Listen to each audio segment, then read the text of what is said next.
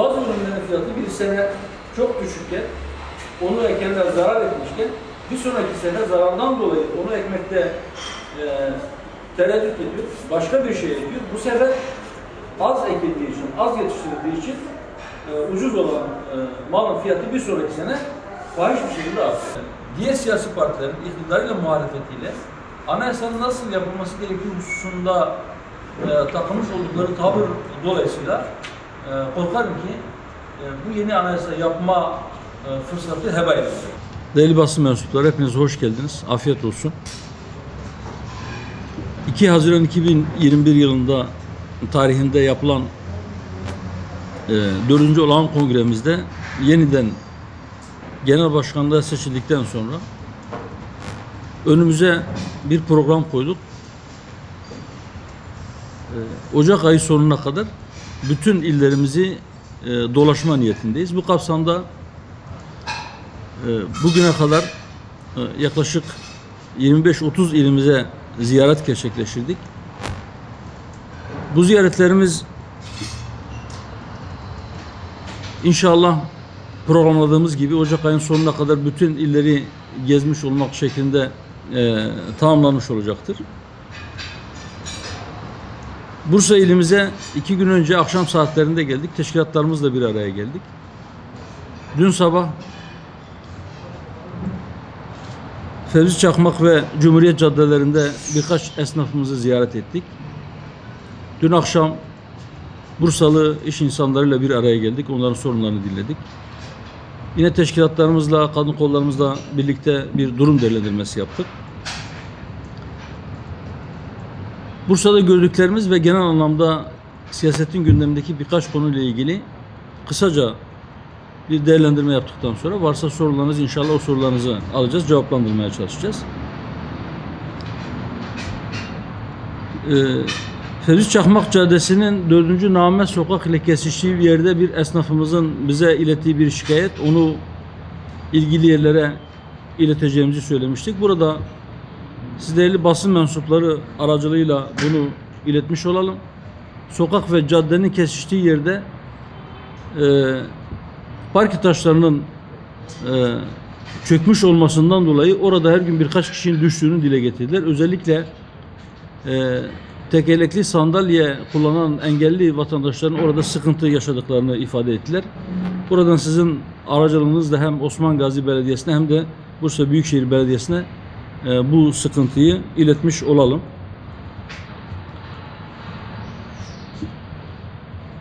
Esnafı dolaştık. Genel anlamda Türkiye'nin her tarafındaki sıkıntıları dinlediğimiz gibi burada da benzer sıkıntılar dinledik. Ekonomik anlamda esnaf zor durumda. Malum küresel çapta bir salgın var, Covid-19 salgını. Bundan dolayı uzun süre esnaf kapatmak zorunda kaldı.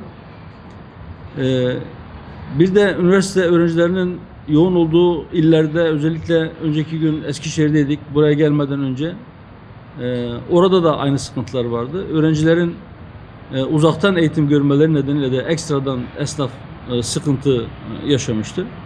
Ama genel anlamda bir ekonomik sıkıntı var memlekette. İnşallah tez zamanda aşılır. Fakat bizim görebildiğimiz kadarıyla Türkiye'deki ekonomik imkanlar bir Türkiye'yi daha besleyecek kadar aslında geniştir. Fakat bize göre sorun aslında adalet sorunu. Yani pek çok konuda olduğu gibi ekonomik imkanların dağıtılmasında, vergi yükünün dağıtılmasında bir adaletsizlik sorunumuz var. Bundan dolayı bazıları ekonomik sıkıntıyı hiçbir şekilde yaşamazken bazıları iliklerine kadar hissediyor, kimileri kirasını bile ödeyemiyor. Genel anlamda vatandaşlar bankalara borçlanmış durumda. Bir müddet sonra belki bu borçların faizlerini bile ödeyemeyecek duruma gelen pek çok esnaf ve vatandaş duyacağız. Özellikle gıda enflasyonu ortalama enflasyonun epey üzerinde ve bu da dar gelirli vatandaşı çok daha ciddi bir şekilde etkiliyor.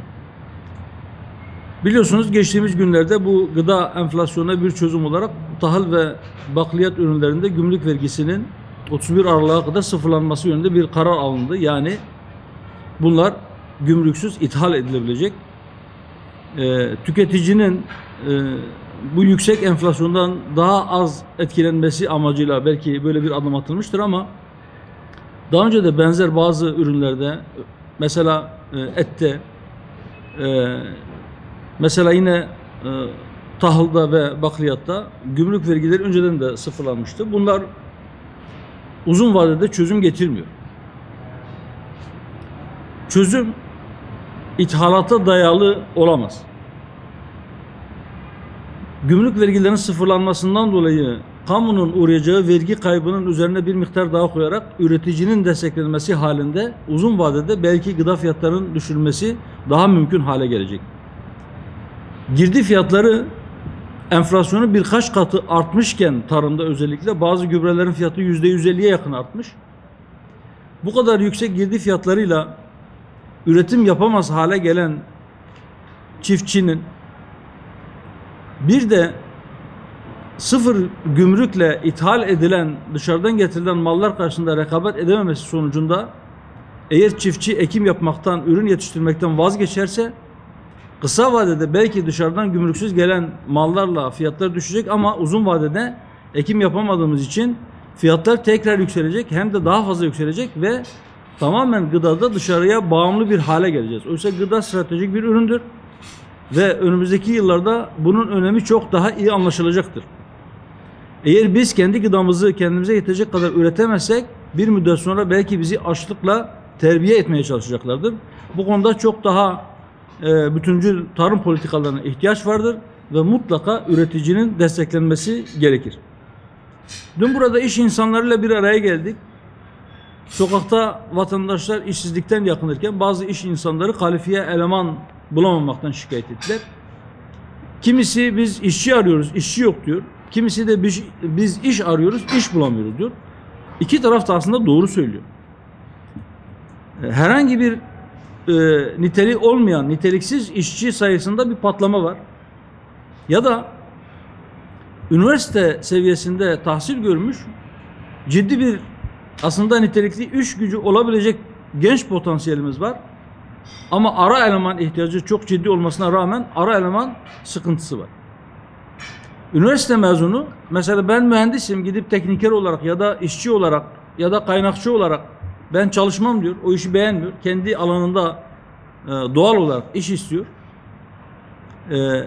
Niteliksiz işçi de ben ne iş olsa yaparım diyor. Onun elinden de teknik işler gelmiyor. Ama reel sektörde üretim yapmaya çalışan bir iş adamımız veya bir iş insanımız o kadrolarda çalıştırmak üzere ya da yetiştirmek üzere eleman aradığında onu bulmakta zorlanıyor. Bunlar bize bir şey gösteriyor ki bizim eğitim politikalarına yeniden ciddi bir şekilde eğilmemiz lazım. Eğitimi ciddi bir şekilde planlamamız lazım. Eğer eğitim ciddi bir şekilde planlanırsa, hangi alanda ne tür iş gücüne ihtiyaç var ona göre eleman yetiştirilirse, ne eleman arayan insanlar aradığını bulamamaktan şikayet edecek, ne de iş arayan gençlerimiz işsizlikten şikayet edecek. Bugün TÜİK'in rakamlarına göre, en son açıklanan rakamlara göre genç işsizlik %23'ün üzerinde.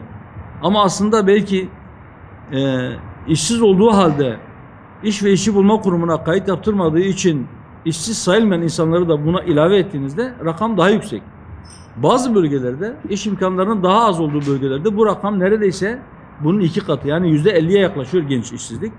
Bunların çözümü için dediğim gibi mutlak surette eğitimin planlanması lazım.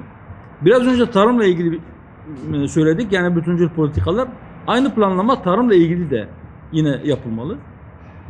Bazı ürünlerin fiyatı bir sene çok düşükken, onu ekenler zarar etmişken, bir sonraki sene zarardan dolayı onu ekmekte tereddüt ediyor, başka bir şey ekiyor. Bu sefer az ekildiği için, az yetiştirildiği için ucuz olan malın fiyatı bir sonraki sene fahiş bir şekilde artıyor. Bu da yine plansız tarım yapılmasından kaynaklanıyor. 12 Eylül darbesinin üzerinden 41 yıl geçti. Ama hala 12 Eylül askeri cuntasının yapmış olduğu anayasayla Türkiye idare edilmeye devam ediliyor. Evet, belki 20 kez bu anayasada değişiklik yapıldı. Belki 100 maddeden fazla değişti. Ama hala iskeletiyle, ruhuyla bu anayasa ayaktadır. Ve mutlaka bu anayasanın yerine sivillerin yapmış olduğu adil bir anayasa yapılmalıdır diye düşünüyoruz. Biz bu talebimizi siyaset sahnesine çıktığımız 2012 yılından beri, yani partimizi kurduğumuz günden bu yana parti programımızda yazdığımız bir husus olması nedeniyle de sürekli belirli periyotlarla gündeme getirmeye çalışıyoruz. Fakat son dönemde yeniden siyasetin gündemine geldi, bir ara sıcak bir gündem haline geldi. Ama daha sonra diğer siyasi partilerin iktidarıyla muhalefetiyle anayasanın nasıl yapılması gerektiği hususunda takılmış oldukları tavır dolayısıyla korkarım ki bu yeni anayasa yapma fırsatı heba edilecek. Biz şunu söyledik, dedik ki yeni bir anayasa yapmak mümkündür. Bu bir fırsattır ama aynı zamanda bu yeni anayasa yapımı siyasi partiler için de bir samimiyet testidir. Yeni anayasa eğer toplumun bütünlüğü ilgilendiriyorsa, eğer anayasacıların tabiriyle bu toplumsal bir sözleşme ise, o zaman mutlaka tarafların bütünü bir masa etrafında bir araya gelebilmeli ve nasıl bir anayasayla idare edilmek istiyoruz, nasıl bir anayasa yapılabilir, bunun bütün siyasi kesimler tarafından birlikte tartışılması gerekir. Ta ki ortak bir metin ortaya çıksın. Elbette bu ortak metin hiç kimsenin %100 istediği gibi olmayacaktır. Çünkü hangi kesimi öne çıkarırsak çıkaralım, toplum sadece onlardan ibaret değildir. Çok farklı düşüncede, çok farklı inançlarda, çok farklı kültürlerde insanlar yaşıyor bu memlekette. Siyasi yelpazenin en sağından en soluna çok farklı düşüncedeki insanların bütün konularda %100 mutabık kalması elbette mümkün değildir. Fakat olması gereken şey ortak bir noktada buluşmaktır. Eğer herhangi bir parti kendi metnini ortaya koyar ve işte benim metnim budur, kabul ediyorsanız buyurun bu şekilde bir anayasa yapalım derse, bu şekilde bir anayasanın yapılmasının mümkün olmadığını daha önce denedik, gördük. Bundan sonra da olmayacağını herkes bilmelidir. Bizim gündemimizdeki hususlardan bir tanesi de şu, aslında sürekli gündemimizdir yine. Siyasetin üslubundan şikayetçiyiz, müştekiyiz. Siyasetin üslubu gerçekten çok sert, kırıcı, ötekileştirici, kamplara ayrıcı, vatandaşları birbirine karşı kışkırtıcıdır.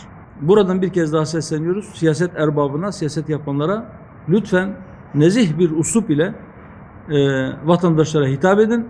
Siyasi rakiplerinizi gerileteceksiniz diye toplumu bu kadar germeye, kutuplaştırmaya, hakaret etmeye hiç kimsenin hakkı yoktur. Eleştiri elbette yapılacaktır. Beğenmediğimiz hususları biz de eleştiriyoruz ama üslubumuza dikkat ediyoruz. Bütün diğer siyasi partilerden ve aktörlerden de beklentimiz ve talebimiz budur.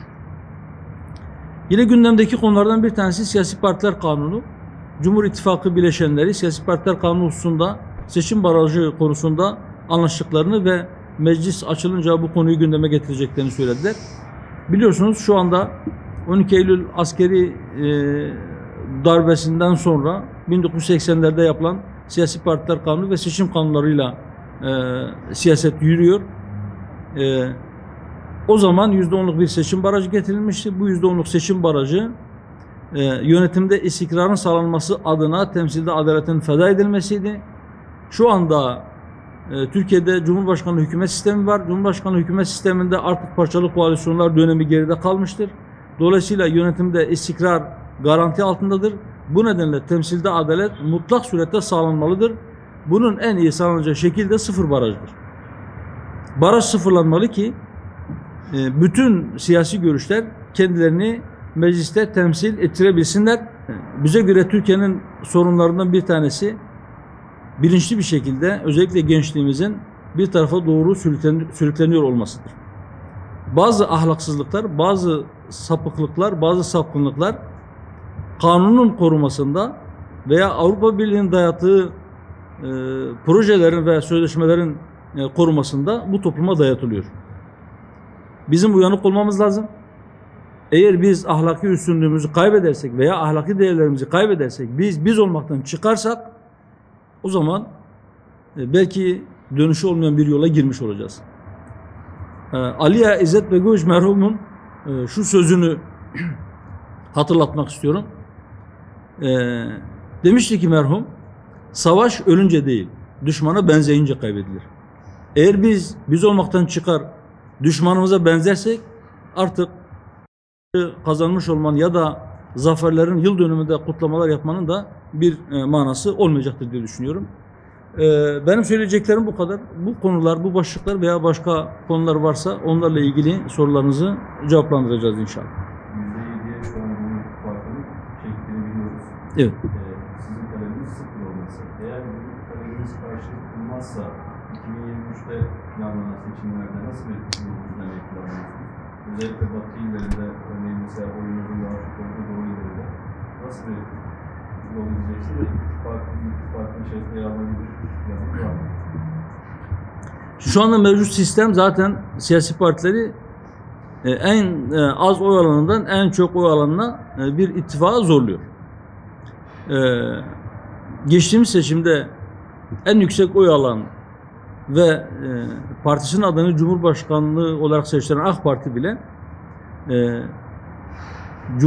adayını Cumhurbaşkanı seçtirebilmek için bir ittifak arayışında oldu ve Cumhur İttifakı diye bir ittifak doğdu.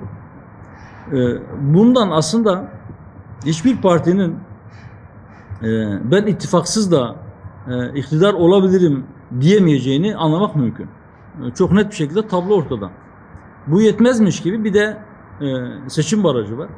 Seçim barajı da baraja takılma ihtimali olan partileri siz ya parlamentoda temsil edilmeyeceksiniz ya da bir ittifak içerisinde kendinize bir yer bulmak zorundasınız diye dayatıyor partilere. Bu doğru bir şey değil, bu dayatmalar. Fakat sistem bu olduğu müddetçe partilerin birbirleriyle ittifak yapmaları en güçlü ihtimal. Biliyorsunuz 2018 seçimlerinde biz herhangi bir ittifakta yer almadık. Kendi logomuzla, kendi adaylarımızla müstakil olarak biz seçimlere katıldık ve baraj dolayısıyla mecliste temsil edilemedik. Önümüzdeki seçimde yani 2023 seçimlerinde eğer zamanında yapılacaksa, eğer öne çekilecekse muhtemelen belki de 2022'de seçimlerde herhangi bir ittifakta yer alır mıyız? İlkesel olarak eğer bizim ilkelerimize uygun bir ittifak olursa yer alabiliriz. Neden olmasın? Ama bu seçim barajının haksız olduğu, adaletsiz olduğu gerçeğini de ortadan kaldırmıyor.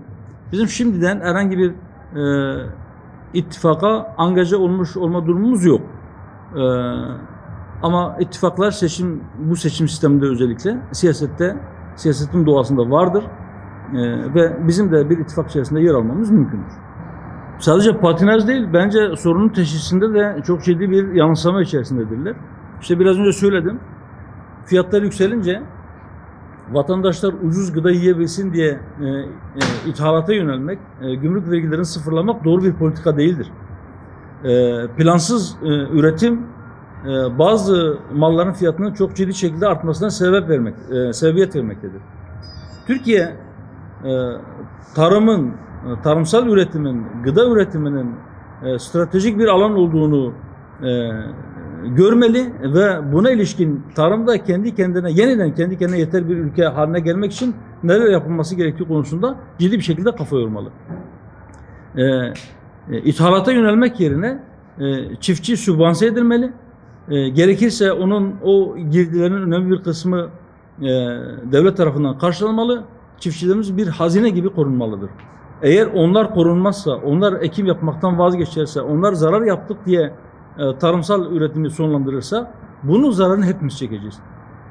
Şu anda küresel olarak gıda fiyatlarında bir artış var zaten. Yani sadece Türkiye'de değil, sadece TL olarak değil, yani döviz olarak da, dolar olarak da gıda maddelerinin fiyatı artıyor. Bunun pek çok nedeni var elbette. Bütün bunları masaya yatırıp bütüncül bir tarım politikası yeniden oluşturmalı ve bu tamamen üretimi artırmaya ve kendi kendimize yeter bir duruma gelmeye odaklanmalı. Yoksa sadece fiyatlar arttı, ben de ithalatı serbest bırakırım. Benim daha önce kendime yeter miktarda, hatta ihraç edecek kadar ürettiğim malları gerekirse ben dışarıdan alırım yaklaşımı doğru bir yaklaşım değildir.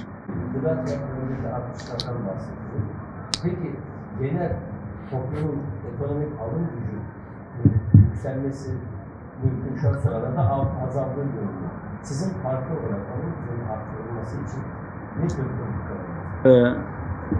Türkiye ekonomisi büyüyor. İkinci çeyrekte çok ciddi bir büyüme rakamları açıklandı. Önce %7 sonra %20'lerde bir açıklama ve sene sonunda %5'in üzerinde bir büyüme gerçekleşeceği öngörülüyor. Aslında Türkiye'nin ekonomisi yeterince güçlü. Piyasada da çok para var. Sokaklarda görüyorsunuz lüks arabalardan geçilmiyor. Konut fiyatları pik yapmış, uçmuş. Kira fiyatları yine öyle. Fakat bazılarının gelir seviyesi artmıyor. Bu bize şunu gösteriyor. Gelir dağılımında ciddi bir adaletsizlik var ve bu adaletsizlik büyüyor. Yani yine kat sayısı bunu bize net bir şekilde gösterir ki gelir dağılımındaki bozulma devam ediyor. Adaletsizlik devam ediyor, hatta artıyor. Peki nasıl olacak? Yani şimdi işveren veya üretici, reel sektör işçi maliyetinden şikayet ediyor. İşçi de o maaşın kendisine yetmediğinden şikayet ediyor. Bizim çözümümüz şu. Biz diyoruz ki asgari ücret kesin olarak vergiden arındırılmalıdır. Bir şey daha söylüyoruz. Diyoruz ki zorunlu ihtiyaç maddeleri vergiden arındırılmalıdır. Onlardan da vergi alınmamalıdır. Şu anda farkında olalım veya olmayalım. Dün akşam da söyledim. Sadece kendi ihtiyacını karşılayacak kadar dilenen insanlar bile vergi veriyor bu memlekette. Nasıl oluyor diye sorabilirsiniz. Yani belki pek çok kişi bunu anlamakta da zorlanabilir. Evet. Hani ben dün söyledim, bizim buradaki misafirlerimizden bir tanesi hani çok dileniyor, çok fazla para biriktiriyor, bankaya yatırıyor, onun işte faizinden vergi veriyor. Faizden vergi almıyor bu memlekette. Ondan dolayı değil. Çünkü bizim memleketimizde toplanan her 3 lira verginin 2 lirası dolaylı vergi. Yani harcarken ödediğimiz vergi. Bu gelir dağılımındaki adaletsizliği büyüten bir şeydir. Siz vergi politikalarıyla gelir dağılımını daha adil bir hale de getirebilirsiniz. Bunu dar gelirlerin aleyhine de işletebilirsiniz. Şu anda kağıt üzerinde aksi olsa da aslında vergiyi dar gelirli veriyor. Vergiyi az kazanan veriyor. Ama kağıt üzerinde çok kazanandan çok, az kazanandan az. Yani dilimler var ya gelir vergisinde. Fakat gerçek bu değil. Dar gelirlinin alım gücünü yükseltmenin en etkili yollarından bir tanesi bu dediğim usta. Bir şey daha söylüyoruz. Diyoruz ki mesela yeni anayasa ile ilgili bizim önerilerimizden bir tanesi şudur. Diyoruz ki yeni anayasada bütçelerin denk olması anayasal bir zorunluluk olarak düzenlenmelidir. Denk bütçe. 2021 bütçesinde borç faizine ayrılan miktar 181 milyar. Eskinin rakamıyla 181 katrilyon. Şimdi bu kadar faiz ödenecek bir yılda. Peki yatırıma ne kadar gidiyor? Bunun 1/4 bile değil. Şimdi siz yatırıma bu kadar az bir miktar ayırıyorsanız ya da sosyal harcamalarınız bunun çok çok altındaysa siz asıl parayı dünyadaki para babalarının, kapitalistlerin size borç olarak verdiği paranın faizi olarak veriyorsanız elbette bunu bir şekilde karşılamanız lazım. O borcu siz ödeyeceksiniz, onun faizi de ödeyeceksiniz. Yoksa sizi rahat bırakmazlar. Kaynağımızın önemli bir kısmı faize gidiyorsa bunun sebebinin borçlanma olduğunu bilelim. Peki biz niye borçlanıyoruz? Çünkü biz ürettiğimizden fazla tüketiyoruz. Çünkü biz kazancımızdan fazla harcıyoruz. Çünkü biz korkunç bir israfın içerisindeyiz. İsrafın önlenmesi, bütçenin denk olarak yapılması ve borçlanılmaması bizi bu sarmalın içerisinden kurtaracaktır. Tekrar söylüyorum, Türkiye'nin kaynakları ve ekonomisi 84 milyon değil, 184 milyon insanı besleyebilecek kadar büyüktür, geniştir. Bereketli bir toprakta yaşıyoruz, bereketli bir memlekette yaşıyoruz. Ama adilce bölüşemediğimiz için ve çokça israf ettiğimiz için, borçlanarak kaynaklarımızın önemli bir kısmını dünya kapitalistlerine faiz olarak ödediğimiz için geçinemiyoruz. Yeni sisteme, yani Cumhurbaşkanı hükümet sistemine geçişle ilgili referandumda biz de Hüdapar olarak bu anayasa değişikliğine evet demiştik. Destek verdiğimiz bir değişiklikti. Fakat bugün uygulamaları itibariyle bizim de şikayetçi olduğumuz hususlar var ve mutlaka bunların düzeltilmesi gerektiğini söylüyoruz. Bu nedenle bizim önerimiz, hani bir kısım muhalefet güçlendirilmiş parlamenter sistem diyor. Bizim önerimiz de ıslah edilmiş başkanlık sistemi veya cumhurbaşkanı sistemi. Bu sistemin aksayan yönleri ıslah edilmelidir. 70 yılı aşkın bir süre parlamenter sistem uygulandı. Çok partili sistemden bu yana hesap ederek söylüyorum.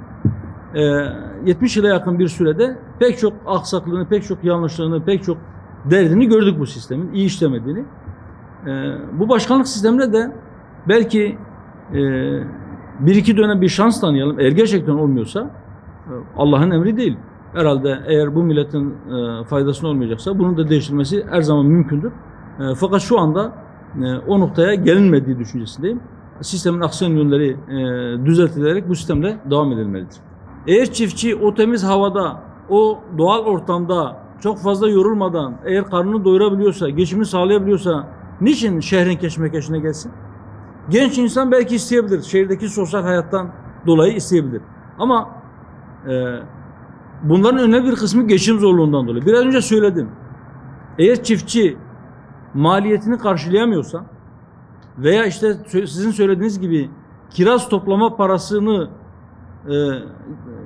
sadece o kirazdan elde ettiği ürün tamamını ona vererek karşılayabiliyorsa, kendisine bir şey kalmıyorsa, ağacını kesip daha az işçilik gerektiren ceviz ekiyorsa burada oturup düşünmeli. Şimdi her şeyin bir maliyeti var. Çiftçi o maliyetin üzerine bir miktar kar koyarak bunu satabilmeli. Gerekirse bütün bu kooperatifleşmeyi biraz daha yaygınlaştırarak, o da yetmedi, gerekirse devlet alım garantisi vererek çiftçinin elindeki malı alacak. Onu zarar ettirmeyecek şekilde alacak. Piyasadaki fiyatın düşmesini istiyorsa bütün Avrupa ülkeleri uyguluyor. Türkiye'de sübvansiyon uygulayacak.